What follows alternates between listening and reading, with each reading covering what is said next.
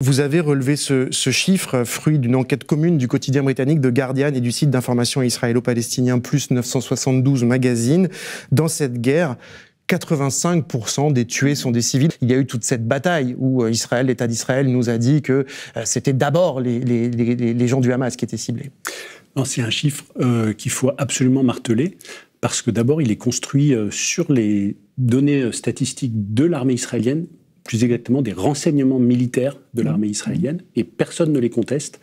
Ça veut dire quoi ? Ça veut dire que des gens à l'intérieur des bases de renseignements militaires ont fait fuiter ces statistiques.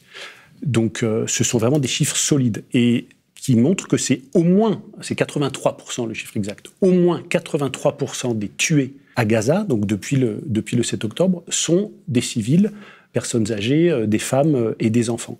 Toutes les victimes qui sont sous les débris, sous les décombres ne sont pas comptées. Et évidemment, les malades qui n'ont pas de dialyse, les femmes qui meurent en couche, les enfants dénutris, tout cela ne sont pas comptés, toutes les pertes de chance. Donc c'est sans doute plusieurs dizaines de milliers de morts. 186 000 morts avaient estimé des scientifiques dans voilà, le chiffre The auquel on arrive, c'est au moins 250 000 morts et blessés graves. Donc c'est 10% de la population. Imaginons qu'en France, vous ayez 7 millions de morts ou d'amputés et blessés graves pour se rendre compte de ce qui se passe. Mediapart.